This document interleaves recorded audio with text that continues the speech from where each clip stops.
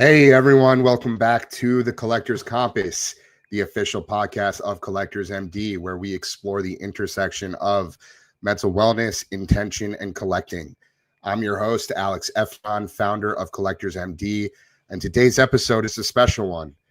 Our guest is Travis LaVanway, also known as Montana Norseman, who entered our Collector Appreciation Giveaway number 2 with a comment that's become a North Star for this community.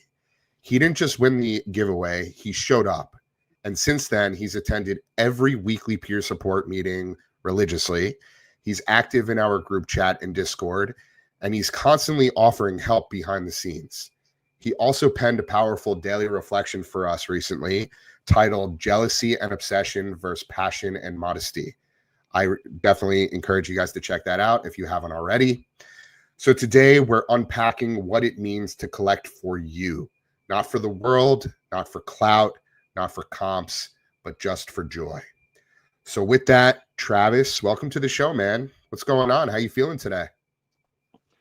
I'm feeling a lot better today than I've been the last couple of days, so it's great.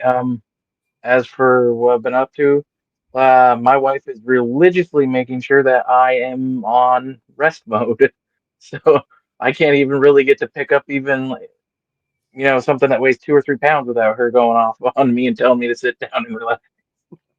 I hear you, man. For those of you who are joining us, Travis is currently recovering from surgery, and he has been a trooper through that process. How is the kitten doing? I know you adopted a new family member yesterday unexpectedly. How's that going? Great, actually. She Yeah, is an absolute sweetheart with our toddler. Um, like just puts up with the toddlers, trying to play with her. Loves our pit bull. Like she leans into his kisses and like will rub up against him while he's giving her tongue baths. And she will wake you up in the middle of the night purring into your ear, giving you loving. So love it, we take her love it. to the vet on Monday for her appointment to see if she belongs to somebody, if she's chipped and all that. And if not, we're gonna have them chip her, do an examination, give her shots, and then she's gonna have our new home with us. Awesome. And she made her debut during our weekly peer support meeting last night. The fellas got to meet her, which was awesome. Super cute. Um, might have to ask you to bring her on at some point over the next hour and a half, depending on which direction we go in. Oh, But definitely. you're in Montana, correct? No, I was born and raised in Montana. Ah, Re It's actually almost surprisingly been almost a year already. Uh, we bought property down in Arkansas and moved down there onto 15 acres due to nice. me having to retire out due to my injuries and Right. such. Gotcha. Has it been hot there this summer in Oh, Arkansas? it's been hot, but we've got two mini splits and they work wonders on keeping the house cool. That's good. That's good. What's been going on in the hobby for you this week? Any new pickups or anything you're eyeing? Um, Actually, no new pickups. I am eyeballing a couple of cards, but I'm kind of waiting to see how far they get bid up to see if I really care to even put my hand in to try and get them. I hear you. I hear you. For those of you guys who don't know Travis yet, he is again just one of the members of our community that really embodies collecting with intention. He has a great PC. We actually featured him last month in our monthly collector spotlight series, which you know what I'm going to bring up real quick. If you just bear with me for one moment, let's do a little share screen. Collector spotlight. There we go. And here it is. And you know what? I'm going to take a moment to just read this real quick, just to give you guys a little bit of context and insight into Travis and who he is. We're going to dive in a little bit deeper into all that, but I figured this would be a good segue. This month being August, we're proud to feature Travis at Montana Norseman, true embodiment of what it means to collect with intention. Travis first joined us after being one of 2 winners in our collector appreciation giveaway number 2, but it didn't take long for him to become a cornerstone member of the Collectors MD community. He's been a tremendous supporter, showing up for our weekly peer support meetings without fail, engaging daily in our group chat, and generously sharing his perspective and encouragement with others. Next month, meaning this month, he'll also be joining us as a guest on the Collectors Compass, which is happening right now. Travis's collection is deeply personal, each piece tied to a story, a memory, or someone he loves. From a Tom Selleck card honoring the time he spent watching Quigley Down Under with his grandfather who raised him, to a Cecil Travis card in tribute to his own U.S. Army service. Thank you for your service, Travis. And a growing military-themed collection. His ongoing pursuit of the Michael Ray Richardson set is a nod to his Montana roots, while his collection of CJ, I'm not even going to try to pronounce his last name, Fedorowics? I don't even. You don't even know how to pronounce it either. It's like Fedorowski or something like that. But I hate butchering it because it's one of those names. We'll call him CJF. CJF cards reflects his shared experience of having to step away from a passion due to injury.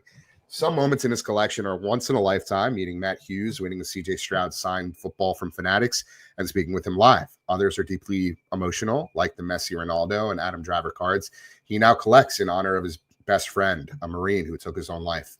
That collection will one day be passed down to his youngest daughter, so she will always carry a piece of her uncle's memory. When we asked Travis what collecting with intention means to him, his answer captured our mission perfectly. For me, collecting is getting cards that I like and make me feel happy. They do not need to be expensive, just expressive. They also do not need to impress others, as my collection is what makes me feel good, not the world. Travis reminds us that collecting at its best is personal, grounded, and meaningful, and that a small act of kindness can have an impact far beyond what we imagine. We're honored to have him as part of the Collectors MD family. Below is a glimpse at a few pieces from Travis's personal collection. Be sure to check out his page and give him a follow. Travis, thank you for your energy, heart, and perspective you bring to this community. This is what collecting with intention is all about.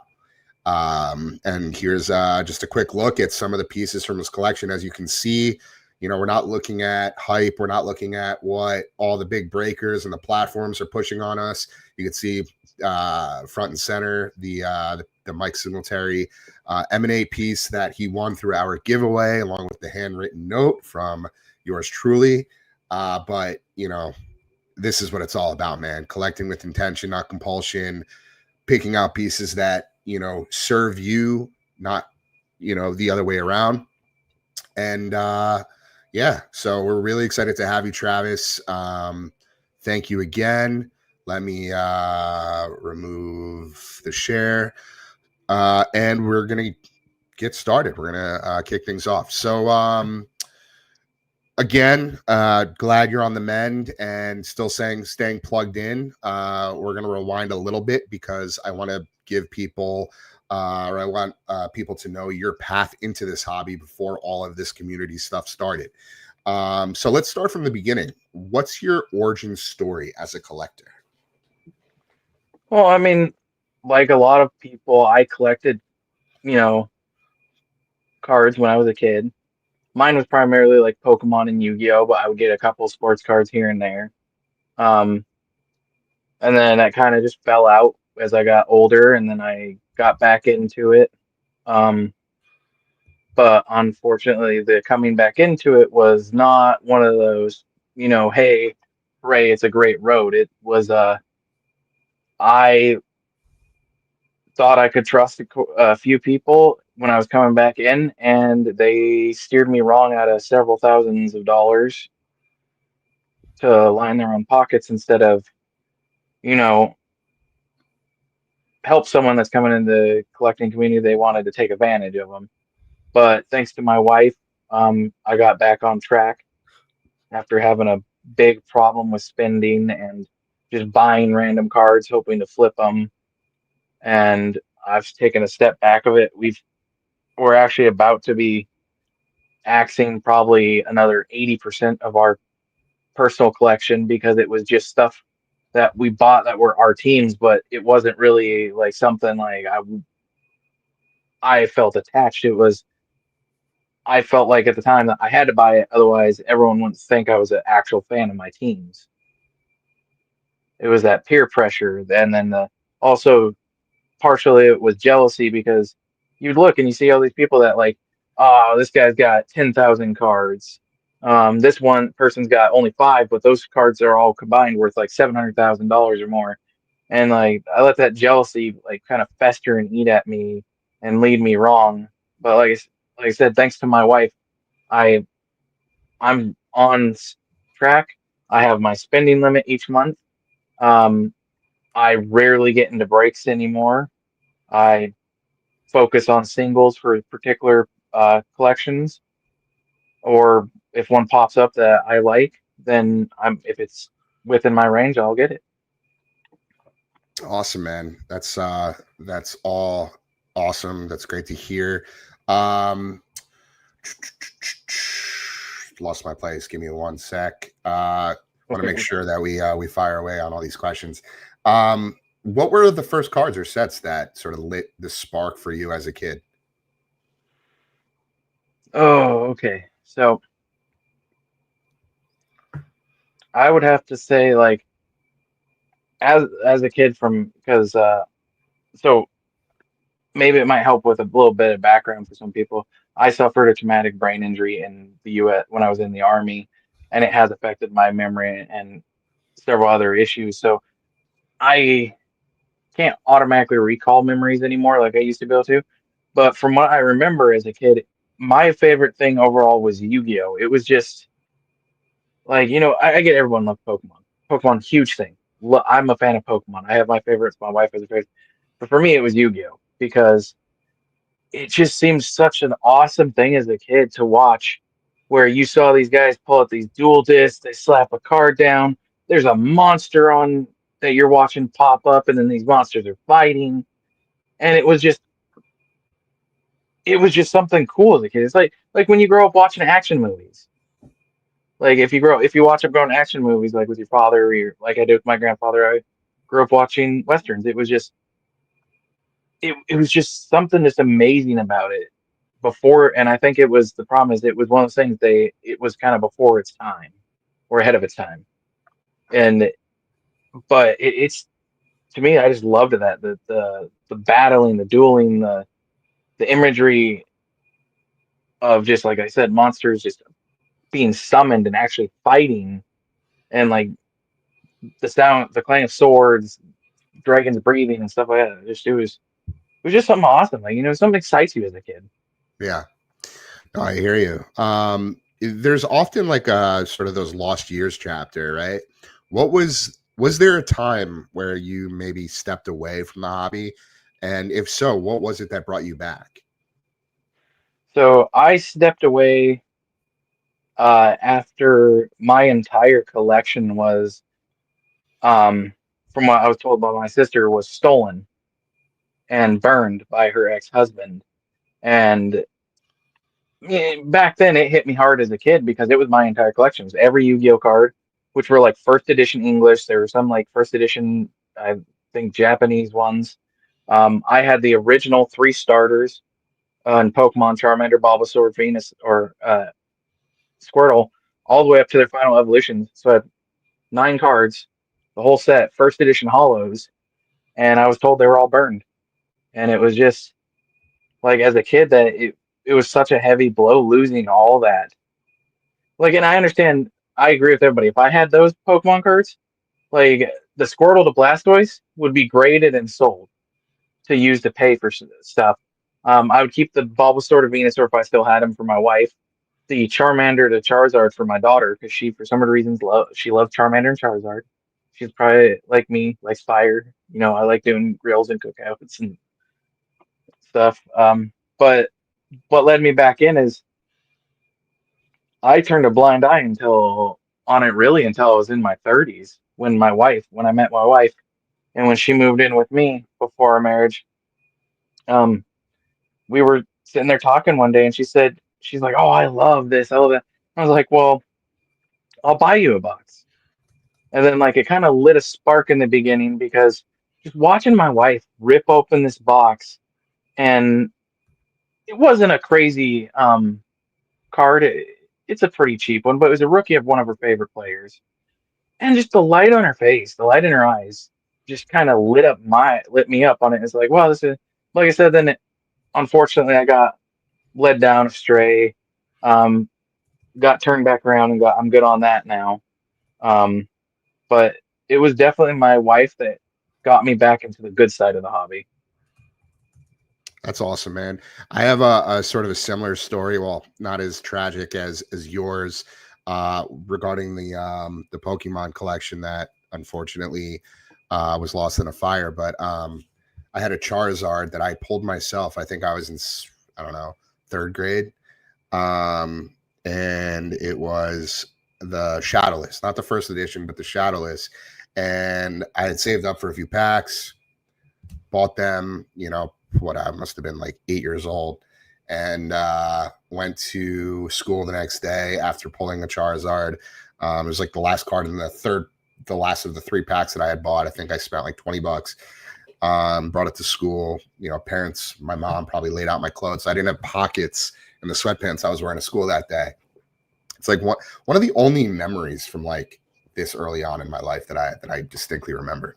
Um, Obviously showing it off to my friends in school or whatever in class, and I went to go put it away in my cubby. We all had our cubbies. I put it in the front pocket of my lunchbox and went to go check on it like after lunch or whatever, or maybe it was right before lunch, and sure enough it was gone. And I guess the my 8-year-old brain couldn't wrap wrap around the idea that like somebody would steal it, right? So of course I thought that I misplaced it or I lost it. So that entire school year I would just like relentlessly check underneath where we put our lunch boxes and coats and whatnot, and just never came across it again. So that was pretty devastating. Definitely stuck with me. But we all kind of have that story.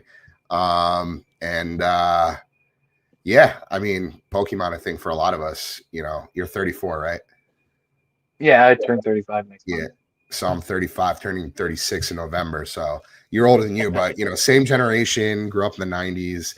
I think Pokemon was definitely sort of the gateway for a lot of us, and a lot of deeply rooted memories that of course, always come back to, and a huge part of the reason why I think collecting and the hobby just like is so meaningful and impactful for a lot of us, right? So when you returned, you talk about taking a step back, coming back. When you returned, was there anything in particular that maybe felt different in the hobby, in the industry, whether that be good or bad? And how did that sort of shape your approach to collecting from that point forward? Well, see, I got into it right after the boom of COVID. So I came into the where my first card show, I saw people arguing with each other, like getting red in the face over one person trying, like going, okay, these are the last 3 comps I see, and this is what you average the price out to, versus the other person finding, no, these are the last 3, and this is what it's averaging out to. And from what I remember, I don't think it was that big of a difference. It was like a $20 difference. But these two people were sitting there getting so mad. They didn't weren't there was no screaming match, but they were getting heated over it, acting like, the other person was trying to rip food out of their kids' mouths. And it was just like a shock for me because from what I remember as a kid is you'd have people that like I knew a kid he would had the greatest luck ever. He'd always be getting like first edition Charizards or like all the really good Charizards. And this kid would take them out back and shoot them full of BBs in 22 rounds. That's Like insane. but as a kid, you don't foresee that card's going to be like at one point like $1 million card Of as a course, PSA people don't 10. think about that stuff. You're a kid. It was over some sort of grudge fueled by another kid where the other kid loved Charizard. This kid would collect as many of them as he could and then literally put nothing but holes in them, destroy them, and then he would put them in like an envelope and leave them on the kid's front porch. Crazy. Like this kid, like I don't know what the hatred was about on it, but it was just crazy. And What a like nut. so, I mean, I've seen it. Like crazy people, dealing with collecting, but from what I remember, most of the kids, it was like, dude, oh, I like that Charizard. Well, what do you want to trade for it? Well, man, I like the that Rhyhorn foil that you got. You didn't care about value. It was kids. That person had a Pokemon you like. You had the Pokemon they like. You trade. Now it's just like I watch these people like just going crazy over like, oh man, there hasn't been a comp on this since like 2020 when it sold for like $40,000 because of COVID from the hike, and then nobody's seen it again, and they're like, well, I want 40,000 again. But you see in like, let's say with auctions in Golden, let's say cards that were 101s like it sold for recently for like 1200. The person still wants the 40 grand. They don't want to think that it could have dropped that low that they're not going to make money on it anymore. Right. And it kind of gave me a bad taste in the beginning because it was just like these aren't people collecting. These are people salivating over whom they can leech the money out of their hands, and how much can they leech out before that person finally says no. But we did end up like meeting good people in the hobby too. Like my the local card shop from where I used to live, where we moved from. They're the type of ones that like if they think you're overspending, they will tell you they're like cutting you off. They'll just be like, "I'm sorry, They like cut you off. you're going overboard. I gotta stop." Like they'll limit you at like how much you spent or like how many boxes you got. Like, because even if they know you can keep and afford them, they'll be just like, dude, you ripped 20 blasters. You like, we're gonna call it because they also want to make sure that there's enough for other people. So they try to limit so to make sure everybody has a chance of getting stuff, and then that you're not going crazy and spending your rent money trying to hit that 101 Mahomes or auto or that 101 Curry rookie like. So there was really good people like that, and then Yeah. I know a couple breakers that were like that they'll just be like, no, like I feel like you're pushing yourself and you're like just catching that buzz and craze, so they'll just be like, you're out. Like not like you can come back later, but right now we're just gonna cut you off for a bit and let you kind of simmer down. Right. Yeah. Or No, you know what's huge in this conversation, right? Or like in what we're doing at Collectors MD and what we talk about every day, sort of the role of local card shops and the breakers. Because when you're in the middle of it, when you're chasing, you're overspending, you're going way past the boundaries you set for yourself, it's really hard to pump the brakes on your own, right? The rush takes over and the adrenaline is just pumping, and you've got maybe the live chat rooting you on, or you're trying to just you know claw back from being down however much you're down in whatever particular session. I mean, it's literally gambling. And so that's where shops and breakers have such an important responsibility. If they see someone ripping box after box, dropping way more than they said they could afford, or maybe that they've spent in the past, it makes a world of a difference when they step in and say, hey man, maybe take a break, or I think you've had enough for today, right? Not because they're trying to necessarily limit the amount you're buying so that the next person can get a fair shot, and like that's obviously a part of the equation, but more importantly, it's about protecting people's peace and making sure that they're not going past their limits, past their boundaries. And it's not about shaming anyone, it's about protecting people in the moment when they can't protect themselves, identifying, seeing that there might be a problem there. And the truth is that kind of intervention can really save someone from real damage, financially, emotionally, even in their relationships. I mean, we see it all the time in our weekly peer support meetings, people talking about separation and divorce and all these things happening all because of sports cards. It's crazy, but it's just, the reality of the world we live in now in this hobby, in this industry. And at the end of the day, breakers and shops want repeat customers, right? They want folks coming back. Well, the best way to keep people in the hobby long term is by helping them stay healthy and intentional and make better decisions, more mindful purchasing decisions, not by letting them burn out or self-destruct in like one single sitting. Right? It's just like, it doesn't make sense. So They're far and few between, that's for sure. And like a huge part of what we're doing at Collectors MD is pushing for reform, pushing for advocacy around responsible spending, and trying to work with the platforms and the manufacturers and the breakers to position these guardrails and create regulation so that these sort of behaviors don't continue to happen, because they're just happening across the board. At all ages, young people, older people, established people, successful people. It doesn't matter who you are. Like at the end of the day, people get sucked into these dopamine loops, these cycles, and there's just, there's no end in sight. And it's crazy. So I'm glad that you've seen it out there, that some folks are paying attention and calling it out when they see it and looking out for their customers, because that's rare. At the end of the day, a lot of these companies, even the local card shops, like, obviously starts at the top with the conglomerates, the Fanatics, the whatnots, the Paninis, who just only care about revenue, but it trickles down all the way to the local card shop. And when they're looking out for that, looking out for the the safety, the health, the mental wellness of their customers, that really that goes a long way. Awesome. So you obviously started collecting again with a different lens, more personal, more grounded. Let's talk about sort of what that looks like in practice. So segueing to our next segment, collecting for joy, not the world, right? You wrote, you do not need to be expensive, or you do not need to be expensive, just expressive. My collection is what makes me feel good, not the world. So what experiences specifically taught you that mindset?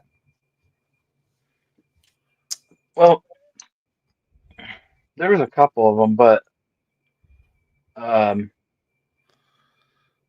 big one was my buddy Dustin, the one that passed away. He that's what he did. His thing is Pikachu. But I remember him telling me like about his, because he liked Pokemon. He had some other Pokemon, but he had his big thing was Pikachu. But he was a person that, like, you get these people that it's like, you got to give your people, make it feel like you got to give your friend a PSA 10 101 Pikachu that was a limited edition, autographed by the original English and Japanese voice artist. Otherwise, you're not a friend. Him, I literally went to McDonald's one day, got a Pikachu, and I'm just like, and it was sealed in cardboard. And when we were hanging out the next couple of days. I was like, "Oh, hey, I got this from McDonald's. Here you go." And his face just lit up. He's like, "Pikachu!" And like, it was just he didn't care it was cheap. He didn't care that it came from McDonald's. He didn't care if there's one or there's 100 trillion of them. It was a friend gave him a Pikachu. That was it. That was his love. Like, a friend gave him one of his favorite Pokemon, and he was just over the moon type person over it, that he saw it's not the money, it's the intention behind the gift.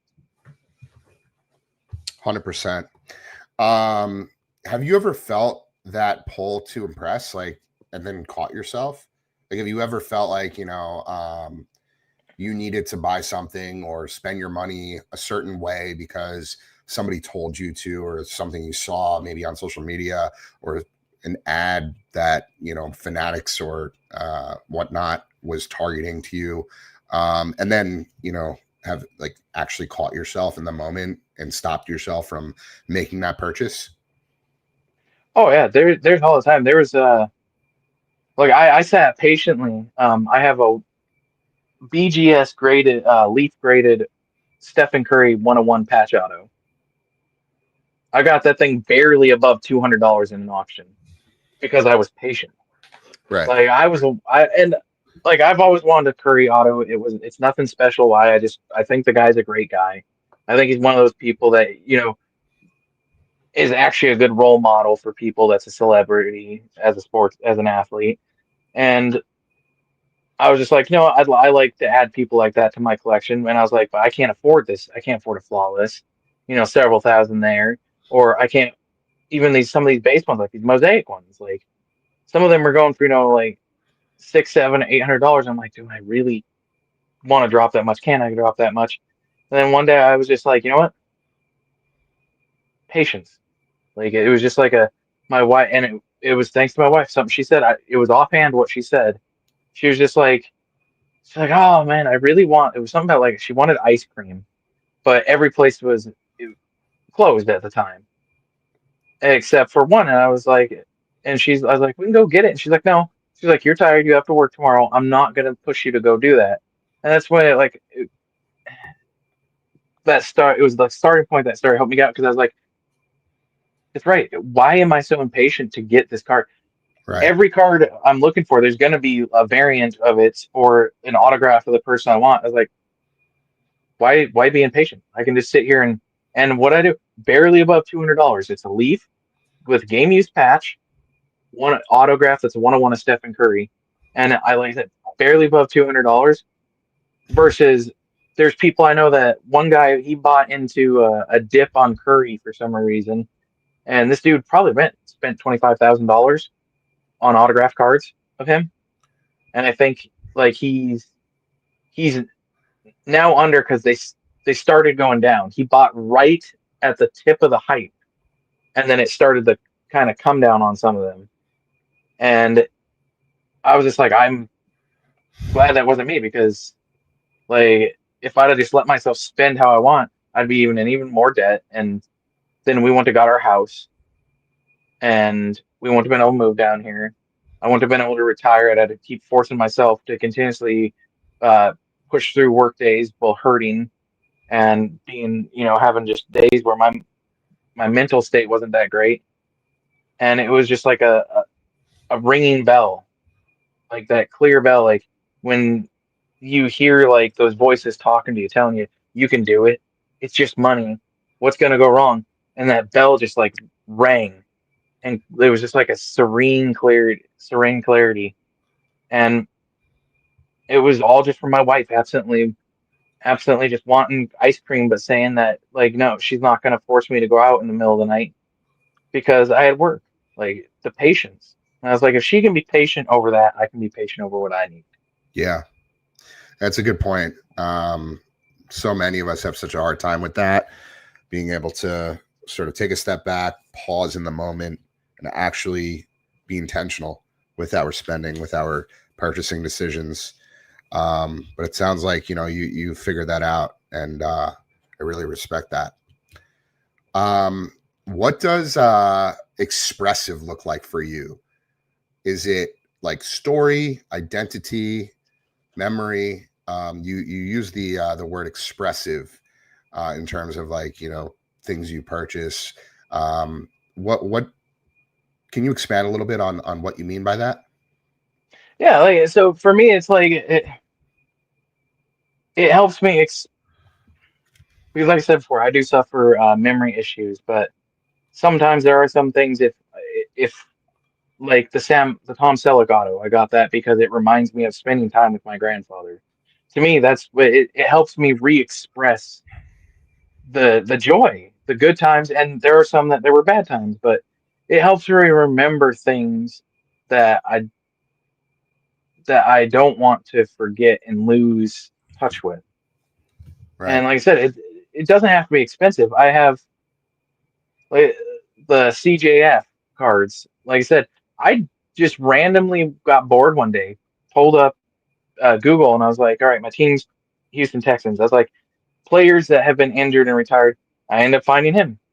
I end up seeing that like he suffered from some injuries that forced him to retire. And I was like, I feel that like that's in my soul. I was planning on being in the military until I had to retire. Like I was going to like just bust, like break sweat, break bones, whatever it took to keep going. And then they gave me the option of I stay in, uh, fail to get promoted, and I get kicked out and have no benefits, or I take what they gave me was a medical retirement and I get benefits for life. I get all these bonuses on stuff like that or that help out, like just when I go to do sign up for stuff and all that. And it's just like all the effort I put into like staying in shape and making sure my uniforms were good and all that, like it felt like a slap to the face when I lost everything. Yeah. But now that I see it, like if that hadn't all happened, I might have never met my wife. I might have never had my daughter, my stepdaughter, the friends I have now, the friends that I met that I have lost. But like this is just it's life. But that's what it is. It helps me get to remember stuff that I don't want to forget, whether it's a good or bad memory. It helps, and it yeah. If somebody asks me, I'll tell them the story of each card. But for me, the cards are my story. I get to tie them to specific memories for me Right. that one day I can show my daughter, my oldest and my youngest, and then any more kids we have, grandkids. And one day maybe pass them on to them. And then one day they can sit there like something I teach them. One day down the road, they'll sit there and look at one of the cards I gave them and just have that happy memory of getting to hang out with me. That's awesome, man. I really respect that. You obviously have a very raw and emotional story with, being in the military and going through a lot of things. So, yeah, man, that's all really, really nice to hear. If a new collector asked you, how do I ignore the noise? What would you tell them? So one big one is I like to point out to people that if you want, let's say they want to collect a particular player and they want to be able to have their autograph because they just think it would be cool. Or they want they have like cool design cards.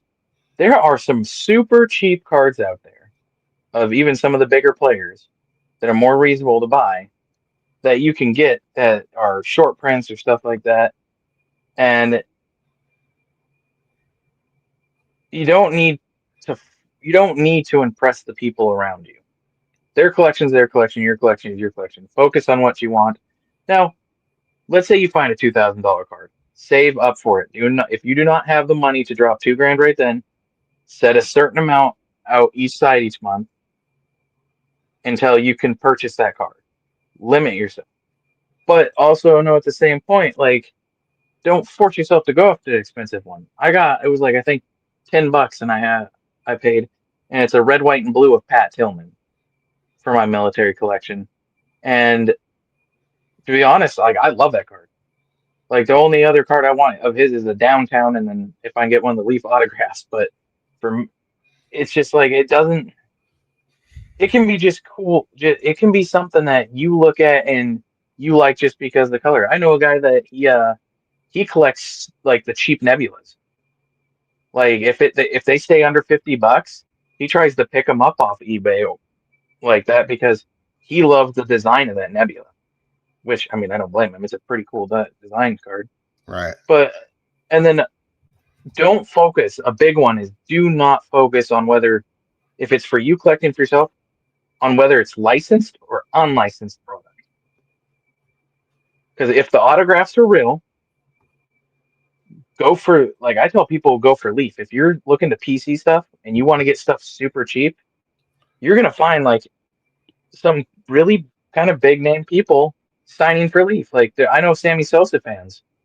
You try to go get some of those like top or like Topps cards, they're Bo Jackson or like that.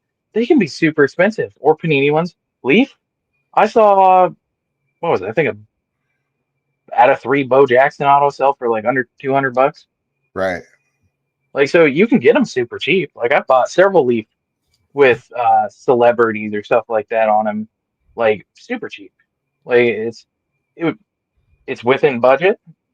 They have great designs on a lot of their cards, and the thing that only hangs people up is Leaf is an unlicensed product, so they're mad because it doesn't have the resale value.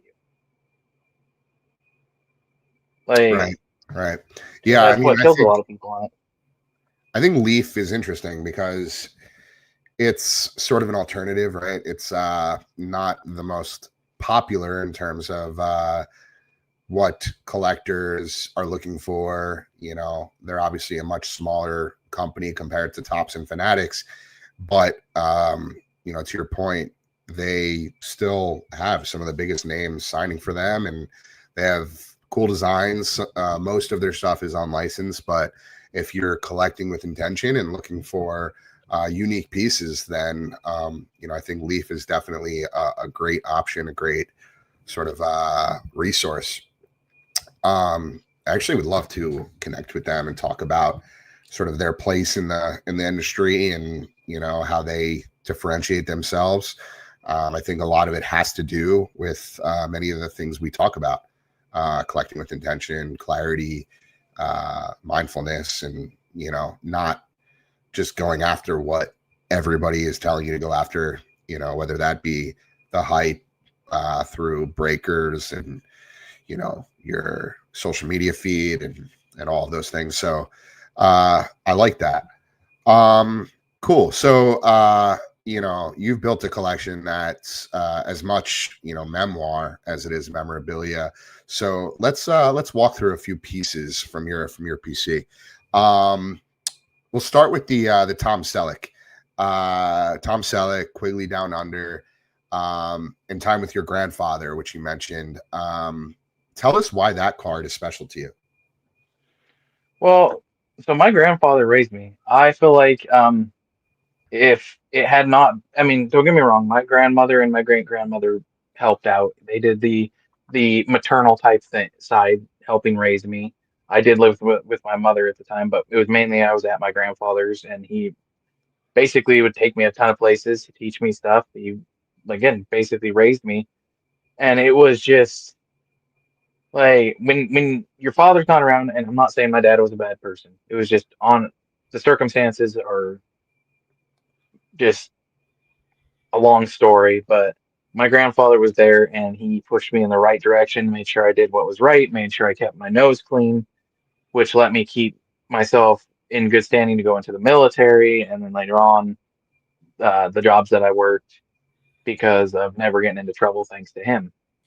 And it like there's a couple more that I want to add to that collection of the older autos like Tom Selleck, but it's just like it would it's and then it was thrilling because I would get to sit down and watch movies with him, and it was an experience because my grandfather was one of those people that if something like didn't make sense to you and you could ask him about it, like, Grandpa, why does that rifle shoot so slow compared to that one, but they look the same?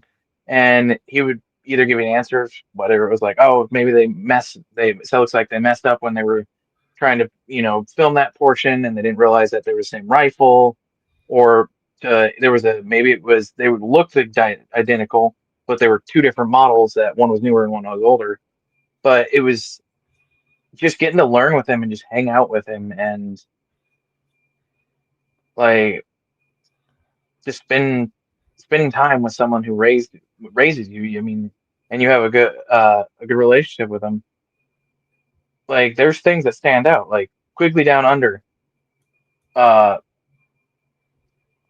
my grandfather used that movie as a life lesson of like how all the Aboriginals were getting murdered by the people moving into Australia. My grandfather was teaching me that like we are. He used it as a lesson to teach me that you can't base your decisions on somebody's skin color, and you can't like always base your decisions on how they live as a person. He's like, if Aboriginals want to live how they're living, or whatever, whoever's living how they're living, like, and they're not hurting anybody. Well, what is the point of going and bothering Right. them? Like, what's the point of taking that step to be rude to them when they haven't done anything against you? And that's what my grandfather taught me is like,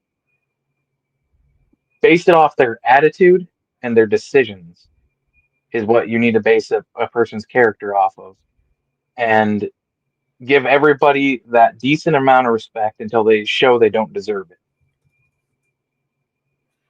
That's great. Those are great life lessons. It sounds like your grandpa taught you well, and you know, I commend you for uh, picking pieces that resonate with you based on your experience with your grandfather and something that reminds you of him. I think that's really special. Let's move on to the Cecil Travis for your military collection. So obviously we've talked about how you served in the U.S. Army.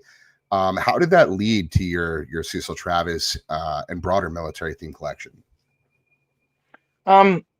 So I decided, I was like, you know what, I want to find these players because uh, a guy I met, I had the wrong, and I admitted it to him later on. I got told some wrong information about him. He was actually a really decent guy, really chill, great to talk to. He cut me a deal on that. It was like $15 for the card.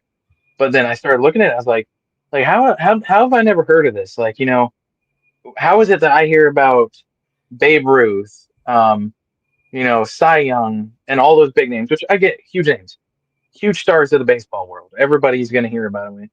But then you'll hear about some of these people that are like, oh yeah, they played one season and they got kicked out because they almost OD'd on steroids. But you don't hear about a veteran, like a guy who left the MLB to serve in a world war, and like he lost, I think they said it like 4 years of playing, 4 years, like 4 seasons of baseball, serving it, doing the military service, and like it was just,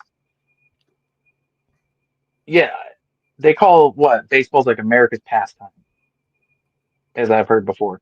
How is Yep. it we can have it as America's pastime, but you don't have people like, and I'm not saying make their cards super expensive, but I'm saying like show some respect, please, to the people that have served for our country.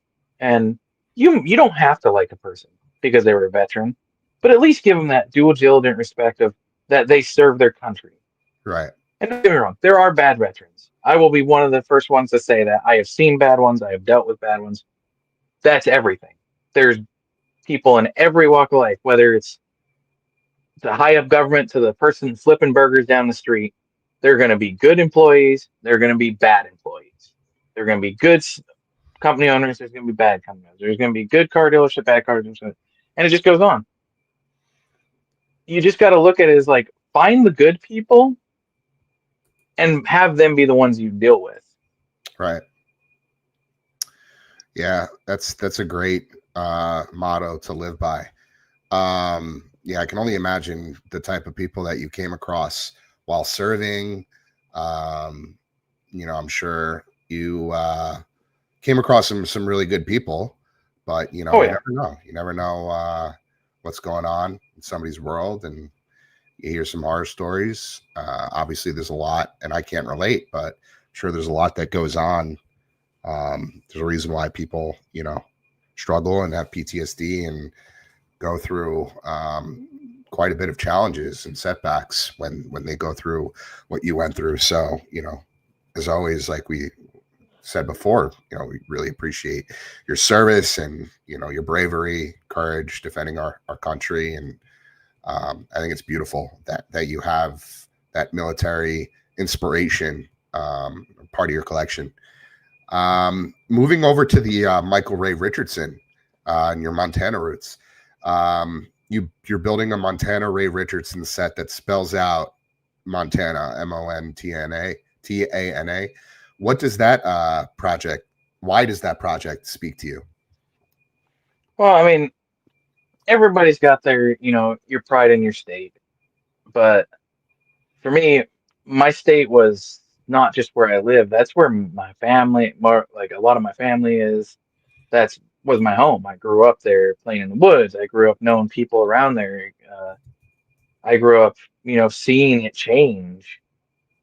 And one day I was on Reddit and I saw this guy and he's like, "Hey man," he's like, "I found this set. I'm a Montanan myself," and he had posted on Reddit and I'm like, "Man, I didn't even know this set existed." So big now, and then began the hunt of finding the uh. There's 100 of each letter, but they are very hard to find. I think I don't know if there's only 100 ends or 200 ends to make up for the fact that if there's 100 of each other one, they probably did 200 ends, or maybe I don't know, but or A's. Sorry, A's. Uh, but it's not a super expensive set. It's annoying to find, but it's relatively a cheaper set. And I just thought that's just great. I can have cards that were made that spell out my home state. Like I don't know how many other states actually have cards like that though. And I was just like state pride and pride where I was born with my where my family is and all that. Nothing special. Like with my military service, I tell people all the time, like I didn't join to for like honor, dignity, like family, like how I didn't do the war hero movie like you hear in the movies all the time. Sure. I did it because I wanted to test myself. I wanted to see, can I push through? Can I make it? And I did. Like I got through. I got into my first duty station. I loved the military, but I wanted to prove to myself that I was mentally and physically strong enough to actually be a service member. It wasn't me doing it for anybody else except me. Like, don't get me wrong. Like, I made sure to uphold so I wouldn't,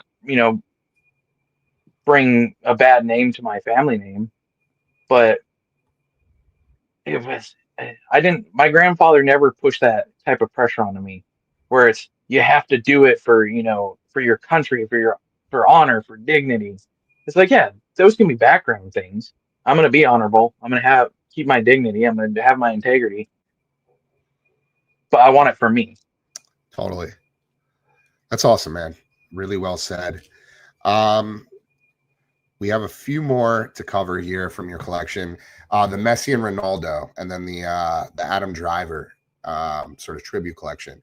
You built a tribute collection in honor of your best friend, a Marine who died by unfortunately taking his life. And you said you plan to pass it down to your daughter one day. What does this collection mean to you and your family? For me, right now for my daughter, I don't think she's only 2.5. She's not. The concept. I'm not saying she's a dumb kid. I'm just saying she's young. She doesn't have that concept of what it means. She only got to meet him once when she was very small, so she doesn't even have that concept of loss. But I want her to know that he adored her. Like he absolutely adored my daughter, and I want that memory to live on through me into the cards for her. To know that even though he's gone, that she had another person that like absolutely adored her. And at first, I actually I didn't even really know about the salute to troop ones, which is the one I have with the Messi. And one day I was just sitting there, I was having a bad day. I went onto eBay. I looked up Messi because I saw that there's some breakers that they did the leaf brace for him, and I was like, and it was one of those ones where like I was still kind of it was kind of becoming a relapse, but my wife helped me stop it, and she's like, if you do this one, that's it, nothing else, no more for the month. And I was like, okay, something just told me do it. Bam! I watched the card get hit. I watched them have to do the randomizer. I won. I got the card. And then when I got it, I realized like, these are shadows of troops behind with the American flag saluting. And then I saw they had the Adam Driver one. I bought that later on. And and when I bought it, I was like, I can make this a collection towards him. I don't think he wasn't I'm not saying he was a soccer fan, but he was a huge Star Wars fan. Like this man was as big a Star Wars nerd as I was. And I figured I was like, he liked Adam Driver. He wasn't, super keen on the new movies, but he loved Adam Driver. I was like, heck, a 101 salute to the troops of another Marine that's autographed. And I was like, that is perfect. Like it's from our favorite movie. It's from they share the same branch of service. It's 101, like I said, it's an autograph. It's like that is, and then that's when it just clicks. It's like this is my thing. I'm going to collect as many of them as I can. Whether they're a little more expensive ones, the cheaper ones, I'm going to just keep working on it over the years. just amass a whole collection, and then one day they'll all be graded. I'll give them to my daughter and let her know that these are in honor of him. Um, how much he actually cared about her, being her uncles and godfather, and that you know he might be gone, but we can remember him. Like we can keep the memory alive, and you know let him not be forgotten. 100%, man. That's beautiful. Well, I'm sorry for your loss, Travis. That's really heartbreaking, but with every tragedy, there's always a silver lining, and the story you just told, I Oh think, yeah. is really touching and really powerful, and I think your friend's memory will definitely be carried on through your collection and through you, and eventually your daughter. So, um, moving over to the last card or the last few cards, the Matt Hughes and the CJ Stroud. You mentioned that you met Matt Hughes, you won the CJ Stroud signed football, two unforgettable moments. What did those experiences sort of unlock for you about joy versus status? Um, with Matt Hughes, it was interesting because I I I watched a little bit of I watched a lot of UFC, but I really never paid attention to the fighters. It was the fighting I liked. So I really didn't, give when I did watch UFC wasn't my focus. The two I knew was, of course, Conor. Everyone knows Conor McGregor. Mm-hmm. Everybody knows Chuck Liddell, the Iceman. So like the Iceman was one of my favorites, and then Matt Hughes became one of my favorites when I met him because um, I saw like because I don't know if you know he suffered a very bad TBI from what I understand in a car accident.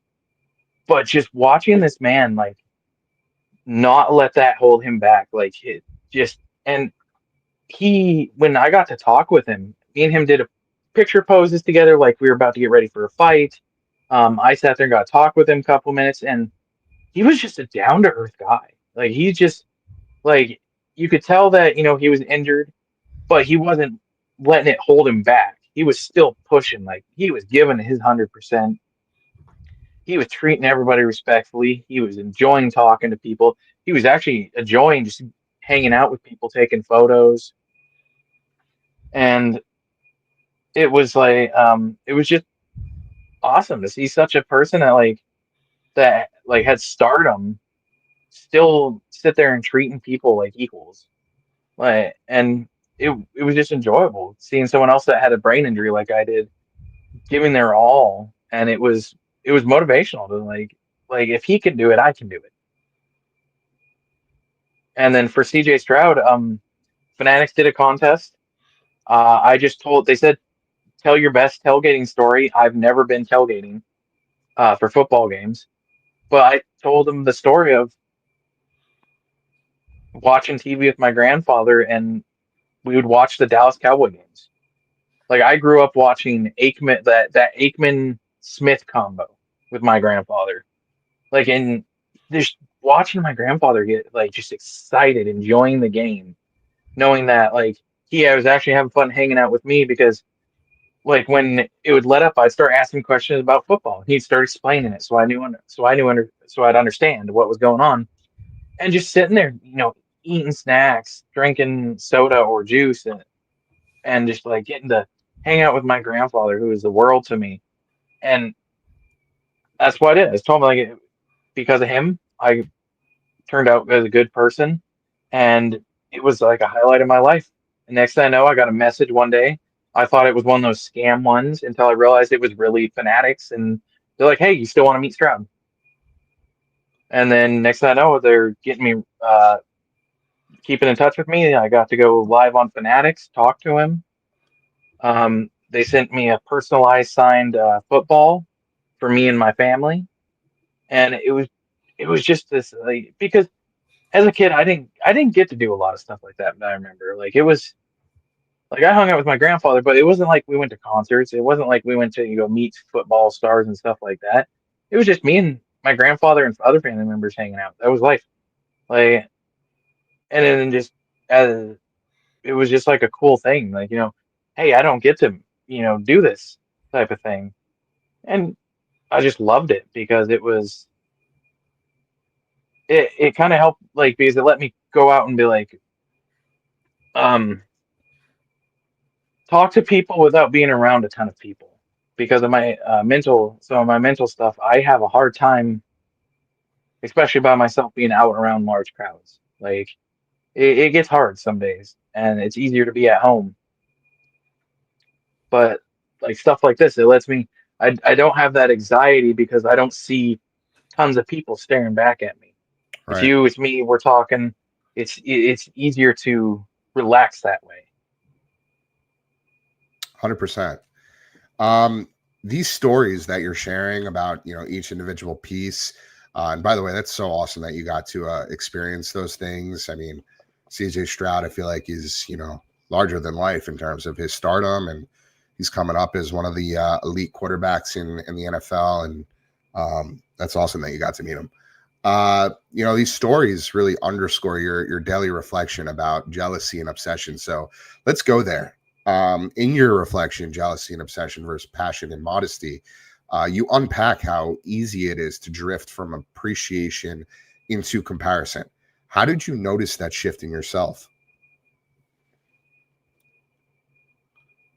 I noticed that, like, I can't take credit for saying I noticed it. My wife pointed it out to me because one day when we were back in Montana, I was going through looking through all the cards, sorting, and my wife was like, "We've really got a lot of cards, don't we?" I'm like, "Yeah, we do." I was like, "We got a great collection. We just got a ton of them. We got all it's been." And she's like, "But is that what we really want?" And then she was like, or is it? Do you really need them? And that's when I was like, I don't. Right. Like, why am I doing this? And I realized that I let myself fall into that thing of if if I had three cards that were, let's say, three $15 cards, there are some people that they would laugh me out of a room, make disparaging remarks, just demean you over it, demean me. They would have demeaned me over it, and I realized, like, I let other people dictate how I should collect. And like I said, like, we we got rid of a ton of cards, and I'm like I said, I'm still working on it, but like I would legitly say, from all the cards we've sold probably over 70,000 cards. That it was just some of them were from buying a cheap, like this lot I bought, and then turn around and I sold them just because they got left at a card shop, and then the new owner sold it to me. I just did that because I was just like, it'd be cool to get that, and I can sell off what I don't want. And there was a couple cards I wanted in the collection, so I ended up with what I wanted, got rid of the rest. But that's when I used it as like a kind of helping stone. So when I sent those, I sent a huge chunk of our PC with those to be sold, and it was just it felt freeing because it was for me. Like, I realized, like, now it's, oh, I got this Tom Selleck card because I wanted it, not because he's the next big thing. He's not that rookie QB that if you didn't buy it in his rookie year, you're just a garbage collector because you're not staying on top of it. You're not, you don't you're not trying to outbid these people bidding 100,000, 200, 400, $700,000 for a 101 rookie Wimby or Jaden Daniels or Otani rookies. And it's like, you got these people that some of them are probably so stressed because they're trying to build these collections of one-on-ones of the greatest players, and they have the money, good for them. But I feel like some of them got to be stressed fighting over that stuff because, especially like when you got them on those big sites like Golden, these people are like, all right, I put bid in 1.5 million.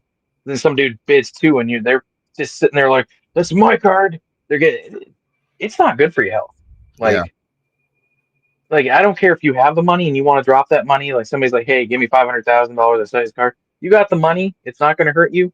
That's what you want to do. Be my guest. But I'm not going to sit here and, and give myself a stroke, a heart attack, an aneurysm, or something bad over oh, that person bought that one-on-one I want, so now I'm going to sit here and be fuming for the next 10 years until they put it on sale, and either I have to pay more or the player does really bad and I just get it anyways. Right. Yeah, man. It's tough fighting with some of the negativity that we come across in the hobby.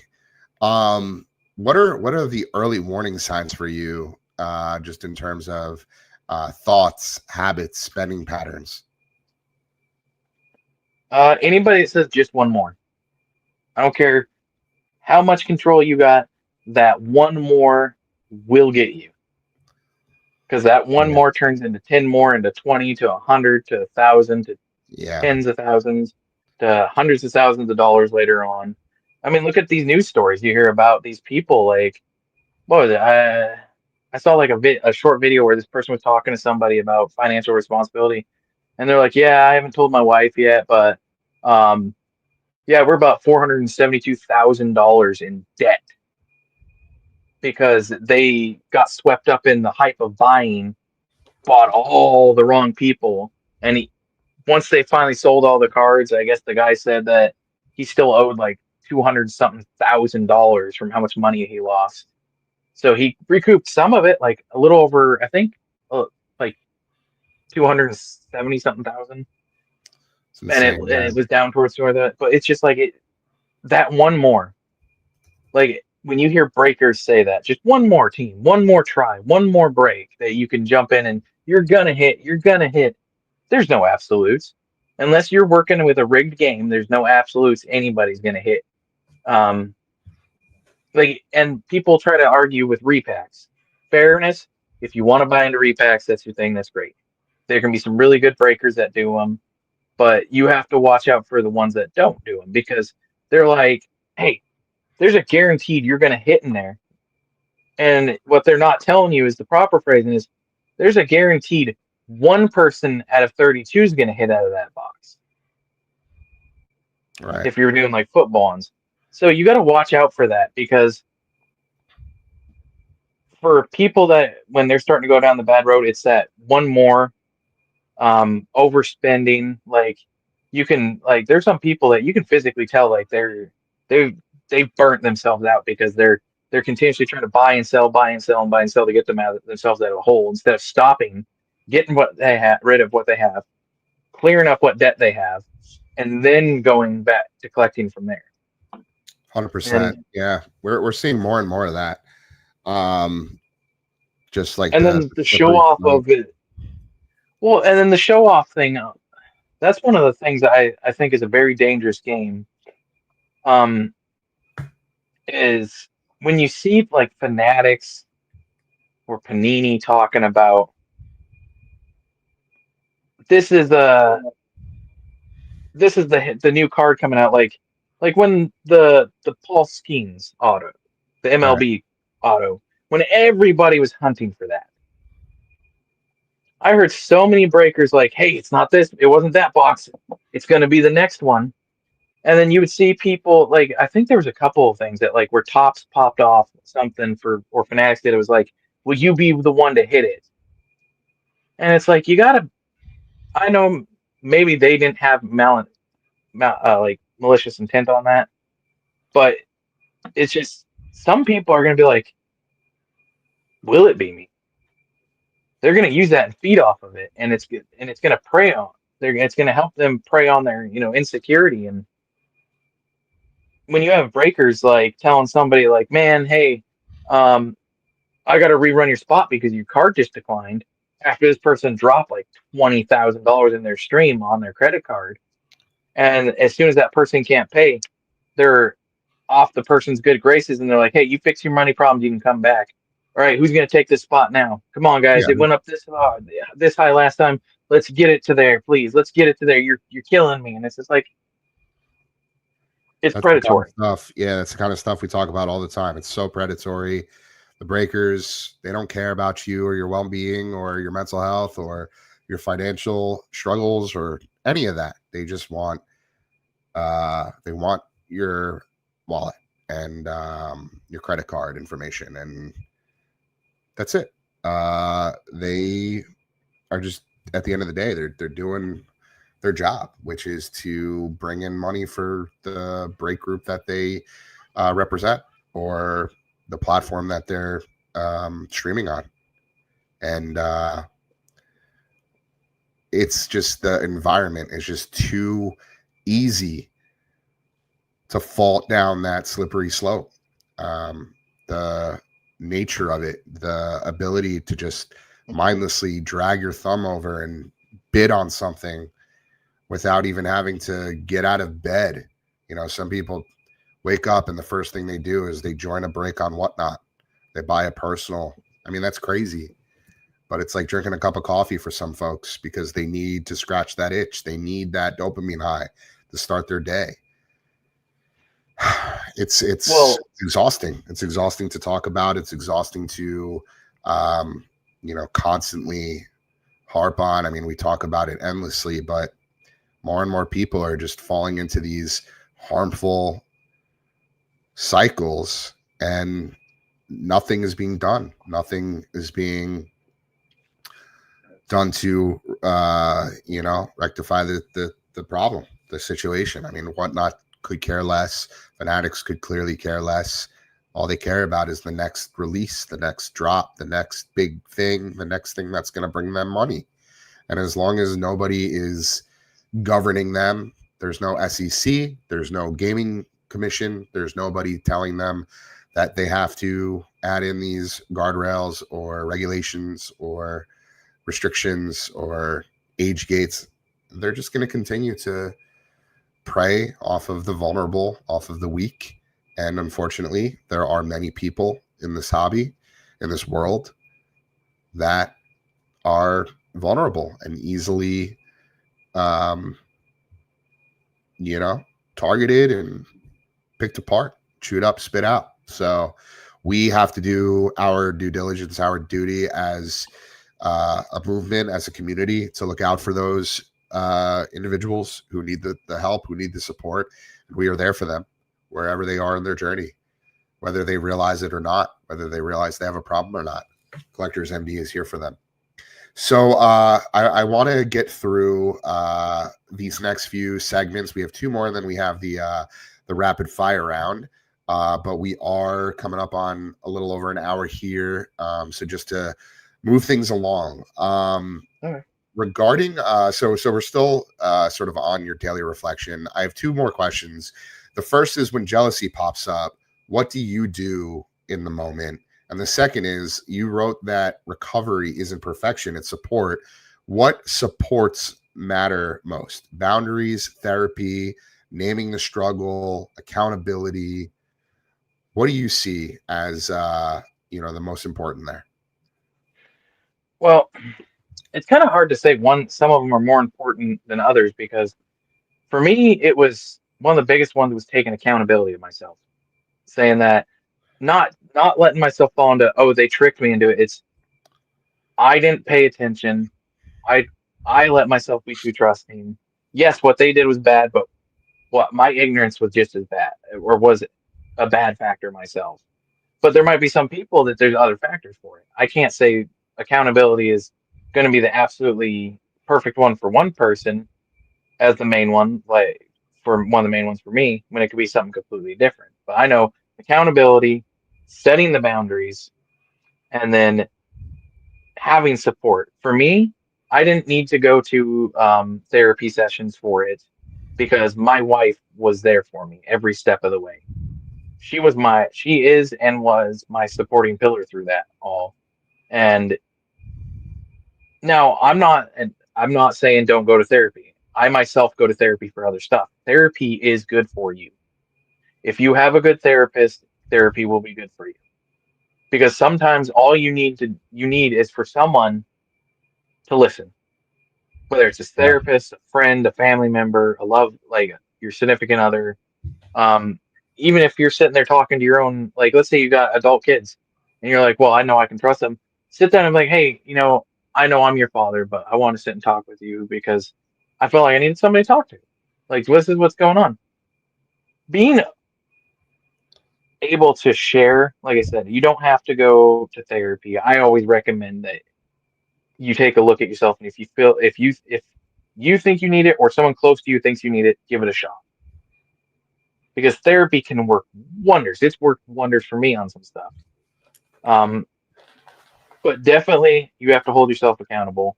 You Right. got to set yourself boundaries, and you have to talk. Like I don't care how macho you think you are. I don't care if you won the Medal of Honor 500,000 times.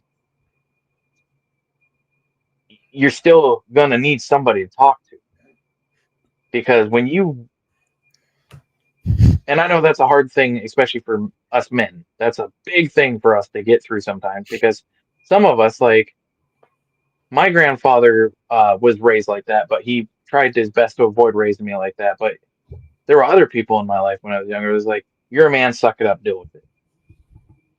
That was literally what. There was no candy coating. It was shut up, suck it up, get out of here, go deal with it by yourself. You'll get over it. There's no problem there.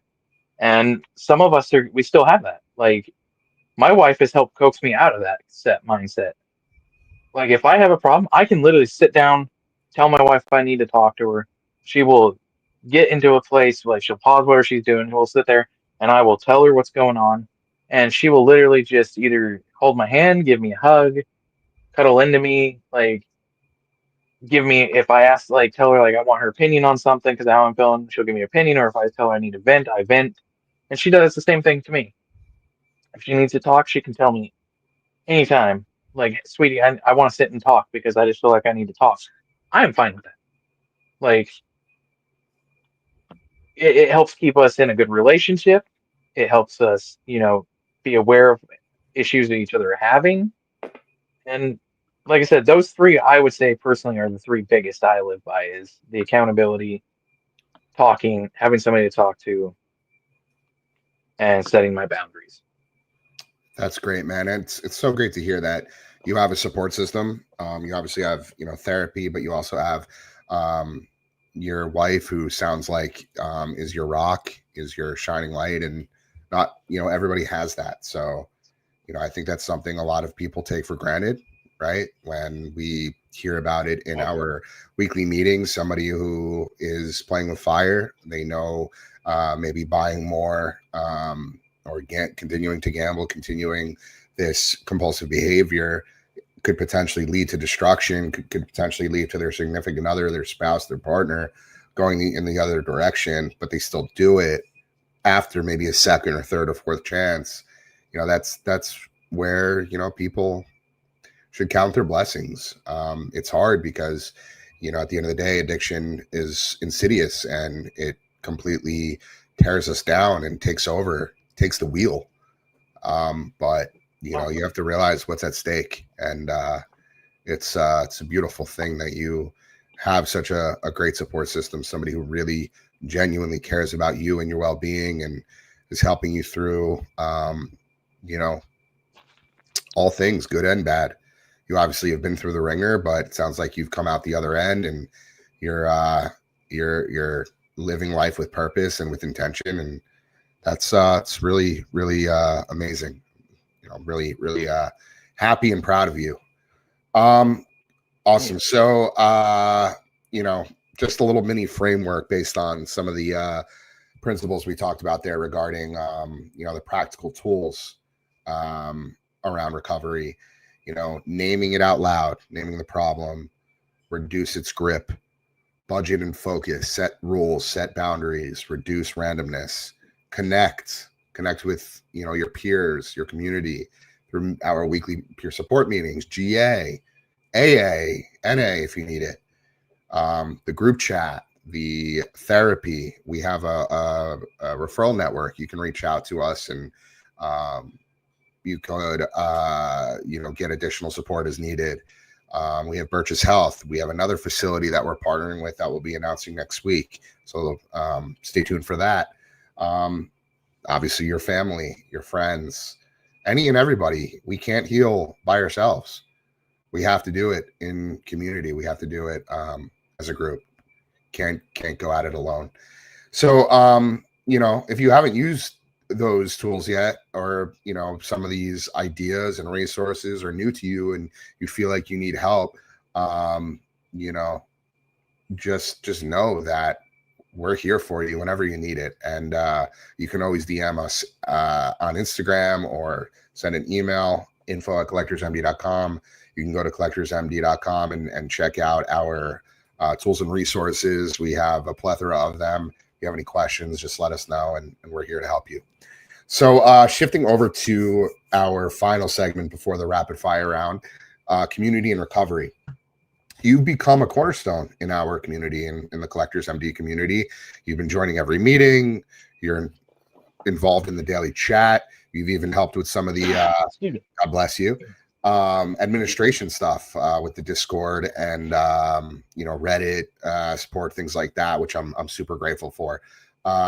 Why is all of this so important to you?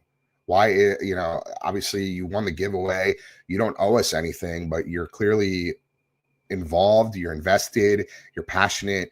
What is it about Collectors MD that, kind of speaks to you, draws you, keeps you coming back every day? Well, I remember getting your email, offering an invite to the group, after winning the giveaway. And there's a lot of times, like, I've won a few giveaways over the years on Whatnot, on other things, and most of them do the same thing, like, hey, join our community. And I'm always kind of skeptical of those, because a lot of them were, you're joining the community, but it's all about, breaks, it's all about this. And then I sat down and actually looked at your guys' website and started reading through it. I started reading through the information, and I realized that there are several people I know that have lost a lot of stuff, or people I've heard of that have lost a lot of stuff due to going wrong in the hobby. And I felt like that, Collectors MD actually is here to help. It wasn't about getting viewers. It wasn't about money. It wasn't about, a sense of entitlement. Like, I don't feel like that you're a person that you're doing it for the publicity. You're not doing it because you want people to think you're a good person. You're doing it because you want to help people. And for me, knowing all the money I lost, the fact that I think it was in the first weekly meeting I was in, I talked about how my buddy Dustin collected, and I realized that he had some stuff going on that I never got to talk to him about, and maybe that I can use the knowledge of the bad things and the good things in my life in the hobby and stuff of losing people, and I can focus that into a general energy that maybe I can help other people avoid hitting that point to where they feel like there's no return. Like, even if it's just one person, if I can help somebody, then I feel like I'll have done something good. Yes, it's partially to make myself feel better, because like I said, I have my own issues that I don't always feel like I'm top notch or that I'm worthwhile and stuff like that. But I felt like maybe I can help someone, and at the same time, I can help myself. I can help myself feel better, but I can maybe help somebody from losing a loved one, or maybe I can help somebody from spending their entire life fortune and losing their family from being left because of putting them in debt. Like, even if it takes me years to help somebody, if I can throw my hand out for somebody to reach out to hold on to, then I would rather let my arm hang for years with no one grabbing it, for it to finally be there for that person that needed it to grab my hand, than them to be reaching out and there's no hand there. Totally. Really well said, Travis. And, we're super grateful for your support and contribution to Collectors MD. What have you seen in our meetings that you wish every collector could witness? I think, I don't want to, say names, but somebody did say if they had one wish, it would be that for somebody new coming to the hobby, especially younger folks, they could just be a fly on the wall in one of our meetings just to see what this hobby, what collecting could potentially do to you if you sort of fall off the wagon. They would love for people to sort of get some insight, some context into what, could happen, the dangers, the challenges, the hardship, all these things that we see every week, every day. I think that's something that really resonated with me. But what have you seen in our meetings, again, that you wish every collector could witness? Not to get too in depth on other people's stories, but like just a cover of is like one of my favorite movies growing up watching with my grandfather, The Good, the Bad, and the Ugly.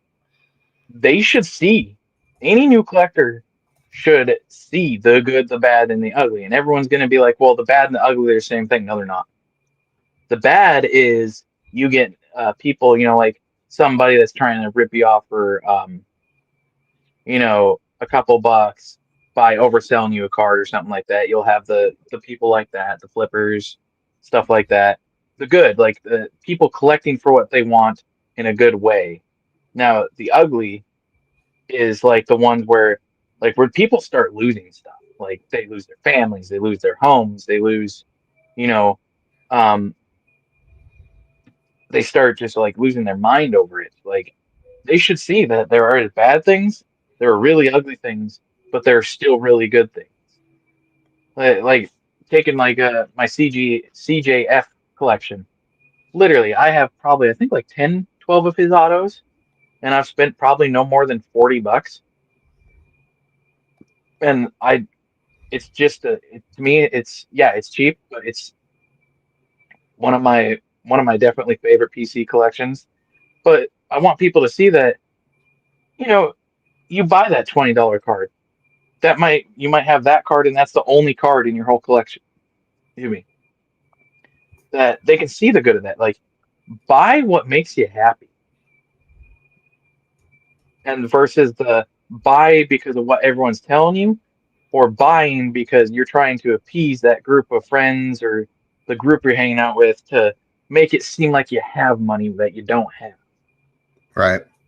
Yeah. Like don't let yourself get in that whirlpool and get sucked down and, you know, metaphorically drown on debt or something like that. Right. Yeah. Easier said than done. But great Definitely. advice nonetheless. Um, awesome. You use the phrase brick by brick. What's one brick you laid, let's say, in the last 30 days that you feel like made a difference? Well, so it's one that I pretty much have to put this brick into the wall every day to help keep building my wall. And it's the don't let myself get caught up. Like when I watch eBay auctions, Yep. there's some of those that you're like, there's been some that I looked up one card and I'm just like, oh man, it's on bid. It says it's got 3 minutes left. It's at $152. I'm like, ooh. And then I just stop and I'm like, I don't need it. One, it's hype. Season just started. Yep. Two, yes, it's a player I like, but when I looked up comps off season because it's older player, um, off season, even though this person isn't playing anymore, they go up. Or I mean, in season they go up a little bit just because of hype around football. But during off season, they drop pretty good. Like you can get them pretty cheap. So I told myself this card's numbered at like 150. One's gone. Let's say I give accountability that the other 49er gone, another 49er gone. That's still 100 of them out there that if this guy doesn't pan out or I catch in the offseason, I'm going to still get the card, but I'm going to get it way cheaper. Yep. So I just have to put that brick of, and it's multiple things. It's patience. It's um, calming my mind and not letting those voices override me and tell me what to do and nitpick at me from the back of my head. Control that I'm not just gonna just because I see it, I'm not just gonna start rapid bidding up and up and up and up and up. Like just it's just a continuous that I'll see something like that and I gotta get in the back of my head. I slather up that brick, I slap it down, and boom, go about my day. I let that brick add into the reinforcement, and I just keep building my wall.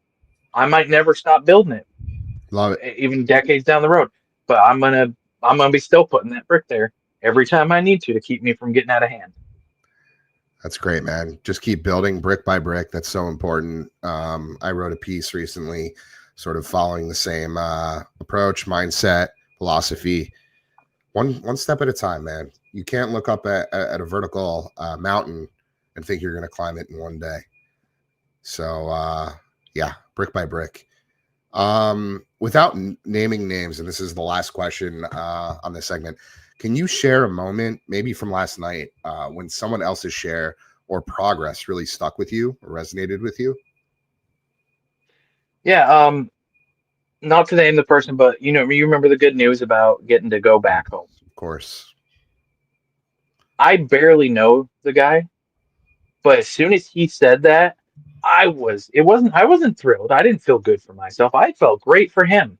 Yeah. Like, because I've listened to this man's story, and when he told me that, my thought wasn't like, oh, he's correcting his mistake, or oh, he's finally doing what's right. My thought was, good for him.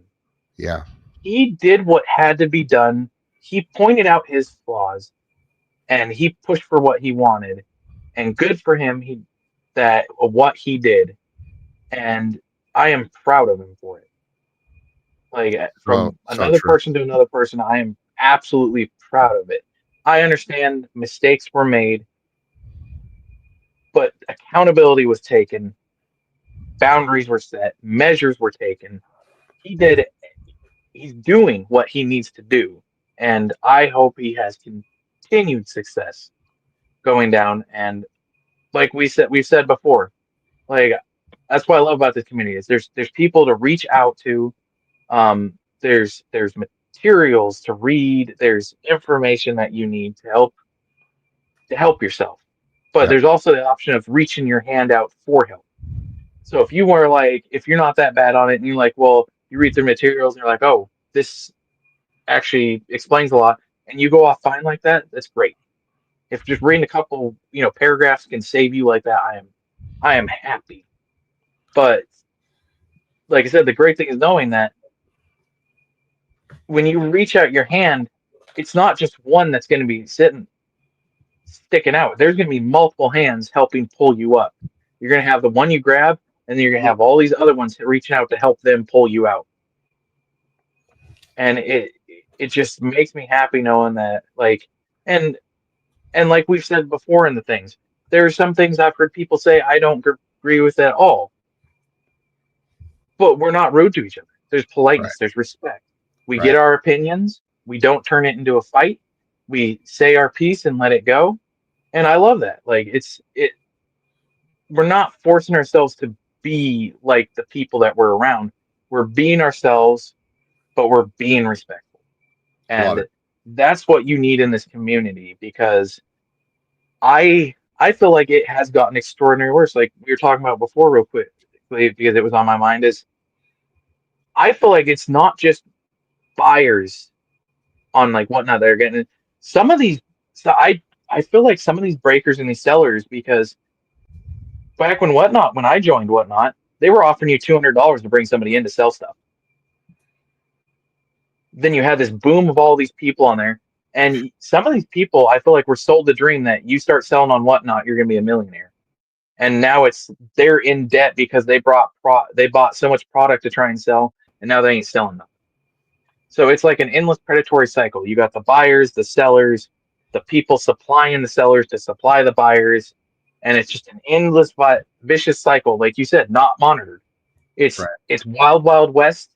It's whoever gets whoever, and even if you're a good person, you might get trampled down by a group of bad people, to make you look like the bad person. And it needs to be regulated. There needs to be some sort of control, because some of these people are getting out of hand with, they've lost so much money, and now they're doing their best to trick people into buying their product at 3 to 4 times its actual value, if it's even that, like, worth that, to chase a millionaire's dream to end up in debt.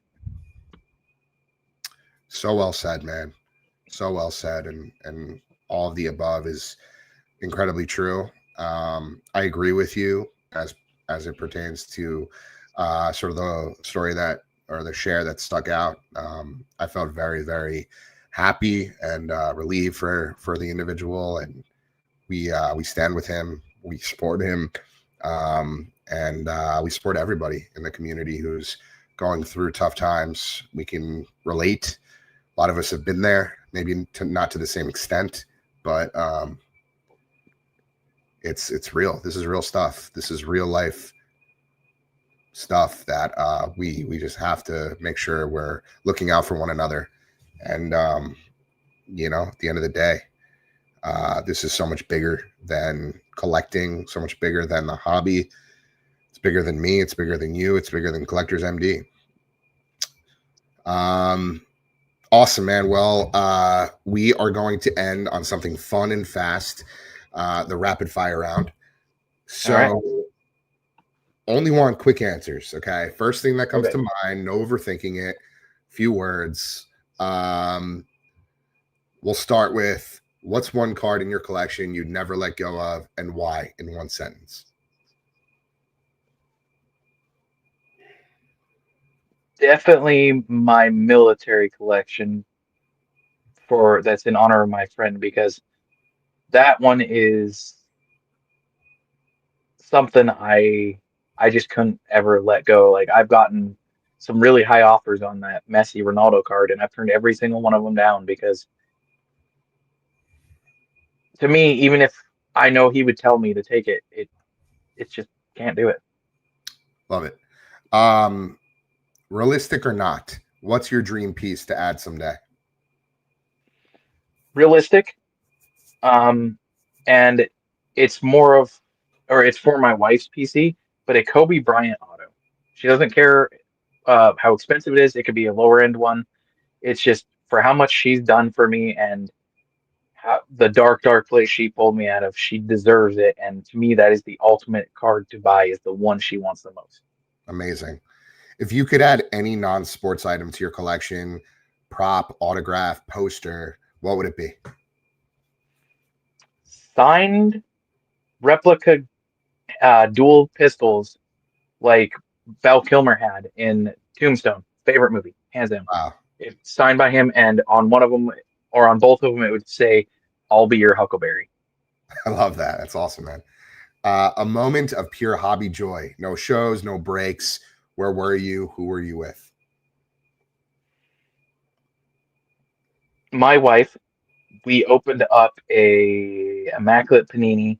She pulled a game used Babe Ruth bat out of 10.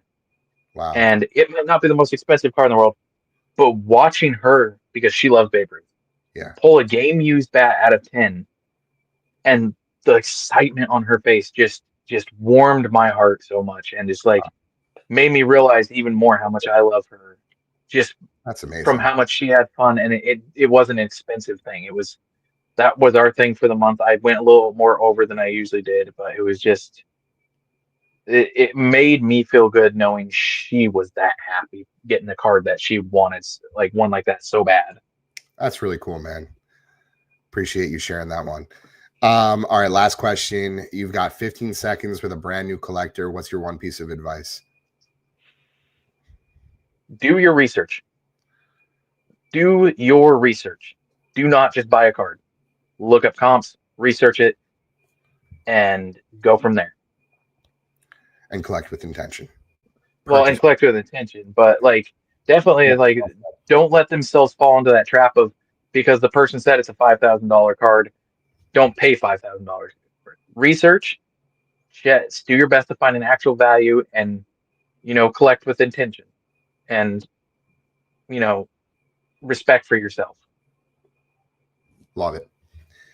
Perfect. Let's land with a little reflecting, maybe a little call in for anyone who needs it. We talked a lot about some heavy things today.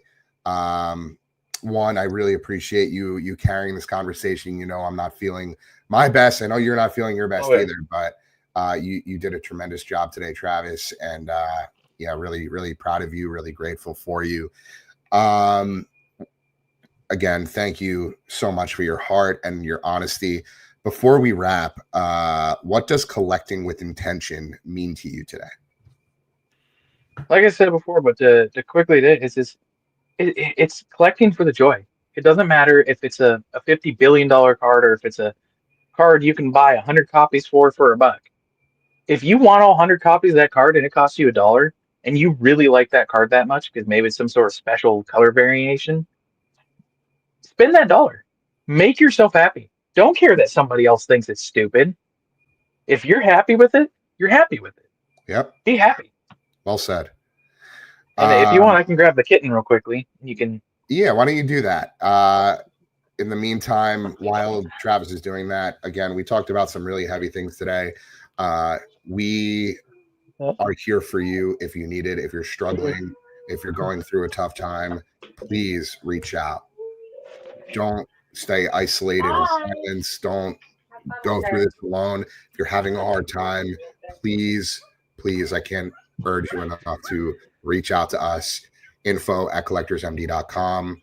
You can reach out to us on Instagram, Facebook, Twitter, Mantle, wherever we are. And there she is. So sweet. I was just finishing up sort of a call to action for those that may need it. We are here for you. You can DM. Somebody else came to visit. You can call or text me. Oh, hi there. She followed me and the kitty, and here we're gonna hold the kitty. See, the kitty. Did we give the kitty a name? Her name is Sergeant Luna. Sergeant Luna. Her rank can change as my wife says, gets promoted for catching mice. But for now, she is at the rank of sergeant, and her name is Luna, and she is just an absolutely adorable addition to our family. Who, like I said, my daughter will sit here and like give her squeezes, and she doesn't bite her, claw her. She just nuzzles up against her, and they just cuddle with each other. Like it's 2 days this cat's been here, and she's already been acting like she's been here for decades. So that's crazy that your dog found her and she was just like, oh yeah, Ben, chilling in the wild. That's the big boy that found her just outside. It's amazing. Animals are such unique creatures. I love pets. I love dogs. I love all animals that you can cuddle up with. What's your daughter's name? Her name is Thora. Thora. Beautiful. Here, Thora, you take Luna to mama. Lieutenant Luna, we'll see you next time. Yep. Love that, Travis. Any final words for collectors navigating pressure, jealousy, or compulsion right now? It's okay to feel jealous of somebody else's collection. There's days I still feel it. Like I'll see a card that I really want that somebody got that I know I can't afford, and you'll feel jealousy. Don't let it eat you. Let it just go. Let it hit you. Let it flow through. Go away, and then just remind yourself of you got to do what's right for you. You can feel jealous. You can think something's the coolest in the world, but don't cause yourself or your family harm trying to live up to that other person. Because we're not all the same. We all have our goods and bads, our strengths and weaknesses, and everything like that. Got a wave right there. Sometimes you just got to let the wave hit you. You got to ride the wave. You got to ride it out. Really well said, Travis. Where can folks reach you if they want to connect or follow your journey? I need to start posting on it more, but my Instagram is the one I'm usually post up to most to, or my Facebook, usually Instagram. Or if they have if they're in the group, they can have my phone number. They can always hit me up and talk to me. But Instagram is where I post most stuff. Amazing. Travis's Instagram is @Montana Norseman. It is both in the description and on screen. If you're listening to audio, it's MONTANANORSEMAN. That's all one word. All right. Well, again, if you'd like to connect with Travis, you can reach him directly on social media. He mentioned you can also hit him up via text. If you'd like to join our group, please reach out to me. I'm more than happy to add you to both our group chat and or Discord. And as always, if you or someone you know is struggling with compulsive collecting, overspending, or the mental toll of the hobby, we invite you to join our weekly Collectors MD peer support meeting every Wednesday night at 8 p.m. Eastern, 5 p.m. Pacific. It's free, it's anonymous, and it's a safe space to show up exactly as you are. The link is in the description below. Also, be sure to check out our past episodes of the Collector's Compass, along with our 2 other shows, Behind the Breaks and Collectors MD features, now streaming across all major platforms, including YouTube, Spotify, Apple, and Amazon. Thanks again for tuning in. Remember, collect with intention, not compulsion. We'll see you next time.